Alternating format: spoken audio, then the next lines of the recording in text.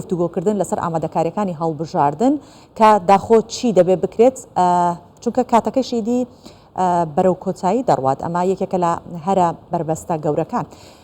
سەبارەت بەم بابەتە دەمانە گفتوگۆی زیاتر بکەین. هۆشیار مالۆ شارەزای هەڵبژاردن و ئامادەکاری بۆ هەڵبژاردننی پەرلەمانی کوردستان لەگەڵمانە بێت بۆی کە سەبارەت بە ئامادەکاریەکانی هەڵبژاردننی پەرلەمانی کوردستان گفتوگۆ بکەین. بانیتان باش و بەخێر بن. کاکۆشیار زۆر سپاس بۆ جەنابەت. کۆمیسیۆنی هەڵبژاردنەکانی عێراق ئەتوانین بڵین خشتەی کاری هەڵبژاردننی پەرلەمانی کوردستانی پەسەند کردووە و ئایا دەتوانێت بوترێت کە فریا ئەکەون تا بەر لە 25 شوباط ئامادەکاریەکان تەواو بکەن؟ زۆر سپاس. تەبان لەلایەن یاسایی هەفتی یەک ساڵی 2024 وادەی یاسایی ئەنجومەنی کۆمسیاران تەواو دەبێت واتە دەکەوێتە فەراغێکی یاسایی. پێم وایە ئەمە یەکێکە لە گرنگترین بربەستەکانیان لە گەورەترین چالەنجەکان کە ئەم کۆمسیۆنی ئێستای عێراق مودەی قانونی تەواو دەبێت. خۆ ئەگەر بەبێ پاڵپشتی یاسایی بەبێ سەنەدی قانونی ئەم دەنگی پەرلەمانی لەگەڵا کە تەواو دەبێت. بۆیە پێم وایە دەبێت جهودێکی زۆر سەرف بکرێت لەلایەنە کوردستانیەکانی پەرلەمانی عێراق بۆ ئەوەی هەتا زووە ئەم یاسای کۆمسیۆن بدەنەوە دەنگدان بۆی نوێ بکرێتەوە بەلایکمی چەند مانگێک بۆی بتوانێت هەڵبژاردنەکانی پەرلەمانی کوردستان ئەنجامدا. و چالەنجی لەوەش گەورەتر بەربەستی لەوەش گەورەتر ئێمەوە عوتڵەی پەرلەمانی عێراق و بەرەو عوتڵەی پەرلەمانی دەڕۆین و دوای عوتڵەی پەرلەمانی مجموعەیەک ئیڤنتی گەورە هەیە مؤتەمەری پەرلەماناتی عەرەبی هەیە لە عێراق بۆیە زەحمەت دەبێت دواتر پەرلەمانتاران کۆکەوە و نیساب دروستکەی لە پەرلەمانی عێراق. ئەمانە چ بەربەستێک دروستەکە لە بەردەمی پرۆسەی هەڵبژاردن و بەڕێوەبردننی پرۆسەی هەڵبژاردن؟ ناتوانێت ئەنجومەنی کۆمسیاران ناتوانێت ئیدارەی هەڵبژاردن بدات بێ ئەوەی دەنگی پەرلەمانی هەبێ بێ ئەوەی بۆی نوێ کراوێتەوە خۆوادەکەی تەواو دەبێت بۆی نییە ینی سەلاحیەتی ئەوەی نییە کەواتە ئەو کات دەکەوینە بەردەم ئەگەرێکی ترکە یان دەبێت انتخاباتەکە یان هەڵبژاردنەکە دوا بخرێ یانیش دەبێت لەو ماوەیە کورتە جهودێکی زۆر باش سەرف بکرێت لەلایەن حیزبە کوردستانیەکان لەلایەن کوتلە کوردستانیەکان لە پەرلەمانی عێراق بۆ ئەوەی بەرەو ئەم یاسای کۆمسیۆن بەرەو دەنگدان ببن بەلایکمی چەند مانگێکی بۆ درێژکردنەوە لەبەرەوەی بەهامووی تقریبا مانگێک و نیو دوو مانگی فەرقە بینی هەفتی یەک و 25 کە بڕیارە هەڵبژاردنەکە ئەنجام درێت و بابەتێکی تر مەسەلەی بودجەیە مەسەلەی بودجەی هەڵبژاردنە ینی ئەوەی هەیە ئێستا پێم وابی نزیکەی 35 میلیۆن دلار تەخسیس کرا بۆ ئەم هەڵبژاردنە بۆ عملیاتی یان با بڵێن بۆ ئیجراعاتی هەڵبژاردننی پەرلەمانی هەرێمی کوردستان لەلایەن کۆمسیۆنی عێراقەوە و لایەنی تری هەماهەنگیە لەگەڵ دەستگاکان و لەگەڵ وەزارەتەکان و لەگەڵ جونگەکانی حکوومەتی هەرێمی کوردستان لایەنی ئەمنی دەبێت لەگەڵ وەزارەتی ناوخۆ ئەمە پرۆسەیەکی ئیجرائیەن زۆر پرۆسەیەکی گەورەیە لە ماوەیەکی زۆر کورتە ئەنجام دەدرێت. کاتە بابینش سەر شێوازی هەڵبژاردن بە چ شێوەیەگە بێت میکانیزمەکەی بە شێوازی فرەبازنەیە بێت بە چ شێوەیەگە بێت؟ بەڵێ ئەوەی ئێستا هەیە هەمان شێوەی 2021 هیچ جیاوازیەکی ئاوای تێدا نیە بەڵام ینی لێتی نەشارمەوە ئەو جەدوەلی عملیاتیان با بڵێن خشتەی کاری ئەوەی کۆمسیۆن ڕایگەیاندووە نزیکەی 200 و قسوور برگەیە ینی 200 برگەیە. گرنگترینەکانیان چی؟ بۆ نمونە مەسەلەی ئامێرەکانە ئامێرە کڕینی ئامێرەکانە تعاقودە لەسەر ئامێرەکان سیانەی ئامێرەکانە تدریبە لەسەر ئامێرەکان ئەمە مەسەلەیەکە.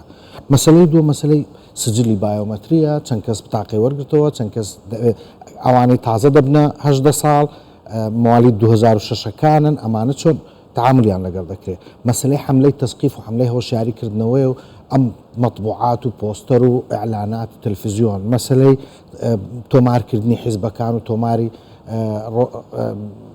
کاندیدەکان و حتا دوای تۆ مەسەلەی تۆماری چاودێران و نوێنەری لایەنە سیاسیەکان و کەلائیکیانات سیاسی هەیە مەسەلەی ئیجراعات و مەطبوعاتت هەیە هی ڕۆژی دەنگدان ئەم هەموو فۆرمە خۆ دەبێت طبع بکرێت تۆ مەسلەی ئیجراعات و ئەنزیمەی طعون و شەکاوی یەک دنیا ئیجراعەت هەیە لە ئێستا مانگی 11 تاوەکو مانگی 2 دەبێت ئەمانە هەمووی کرابێ. باشە با لە پرسیارەکەمان دەرنەچین کە شێوەی با بڵێن شێوەی بەڕێوەچوونی سیستەمی هەڵبژارنەکە بە شێوەی بازنە دەبێت فرەبازنەیی دەبێت چۆن دەبێت شێوە؟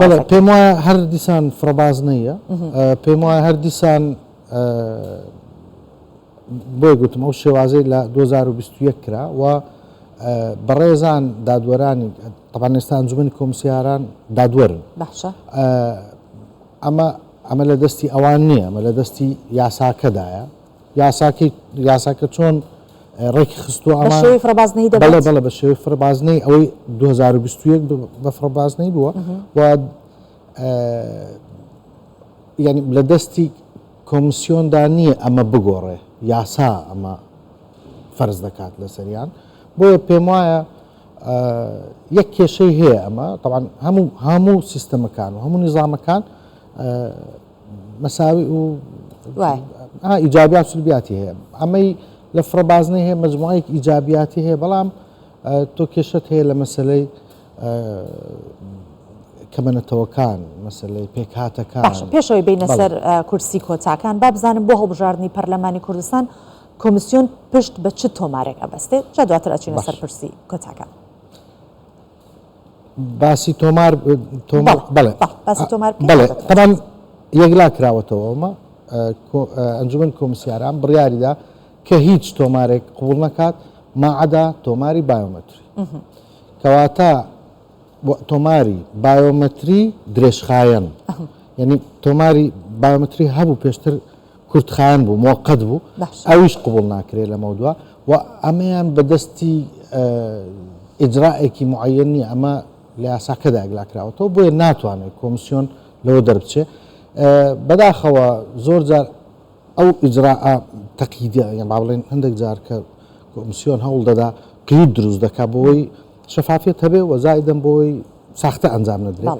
زۆر جار دەبێتە هۆی ئەوەی کە ڕێژەی بەشداربوون کەم دەبێتەوە بەرامبەر ئەوە، یعنی تۆ تەسحیە بە بەشداربوون دەدەیت کە خەڵکێکێ کارتی بایۆمەتری نەهێناتەوە تۆ ڕێگالی دەیت. بۆیە مەساویی هەیە، یعنی ئەوکو باسم کرد هەندێک خاڵی ئەرێنیشی.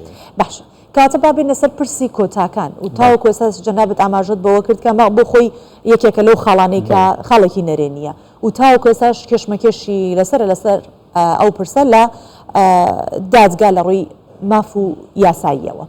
ئەمە پێتان وایە کە چۆن کۆمیسیۆن مامەڵەی لەگەڵەکات؟ دەزانێت ینی مەسلەی پێکهاتەکان لە هەرێمی کوردستان و لە عێراقیش ئەو کێشەیە بەردەوامە.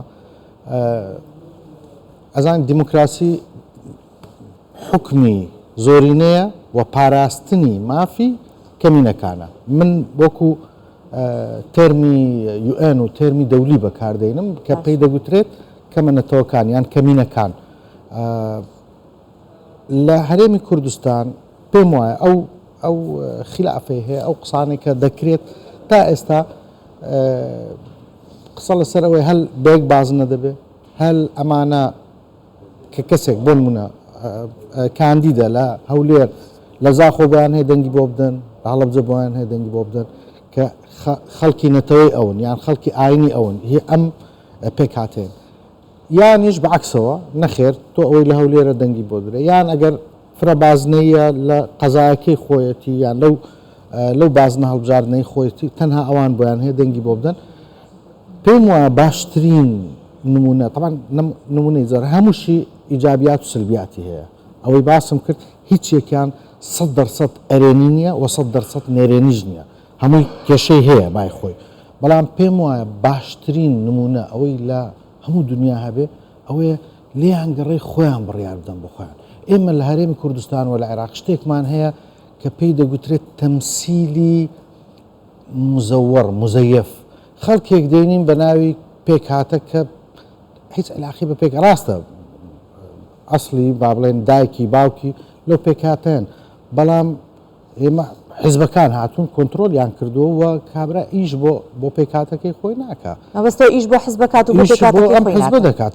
بڵێ تۆ زانیت چییە ئەمە تەمسیلێک کاتی خۆی سەدام ئەوەی دەکرد نمونەیەکی بەسیط دەدەمێ کاتی خۆی سەدام ئەوەی دەکرد خۆ سەدام شتێکی دروست کرد بوو دەزانی ناوی پارتی دیموکراتی کوردستان بوو حزبێکی مزەیفی دروست کرد بوو و تۆماریش کرابوو بەڵام هەموو ملت دەیزانی ئەمە پارتی دیموکراتی کوردستان نییە شتێک کە بۆ خۆی دروستی کردی و تۆماری کردی و ڕسمیە بەڵام ڕاستی نییە ناوەڕۆکی ئەمە پارتی دیموکراتی کوردستانی و مجموعەیەک دوور لە ڕۆت مجموعەیەک جاشەوانە بوو بردبووی تۆماری کرد ئەمە ڕاستی ئەو وڵاتی ئێمە با ئەم تەجروبەیە دووبارە نەکەینەوە کەسێکی تورکمان بینین لە حیزبە گەورەکان بۆی پارێک بدەینێ دامی بکەینەوە بەس بە ناو تورکمانە بەڵام بە ناوەڕۆکێکی کە بۆ حیزبە گەورەکان لێیان گەڕێن بۆ خۆیان بڕیار بدەن کە چیان دەوێت چۆن شێوازی هەڵبژاردنیان دەوێت فرە بازنیان دەوێت یەک بازنیان دەوێت یەک بازنی گەورەیان چۆنیان دەوێت لیان گەڕێن بۆ خۆیان بڕیار بدەن. ئێمە سپاس دەکەین هۆشیار مالۆ شارەزایی هەڵبژاردن لەگەڵمان بوویتە سەر پرسی ئامادەکاری بۆ هەڵبژاردننی پەرلەمانی کوردستان سپاس بۆ وەڵامەکان. سپاس.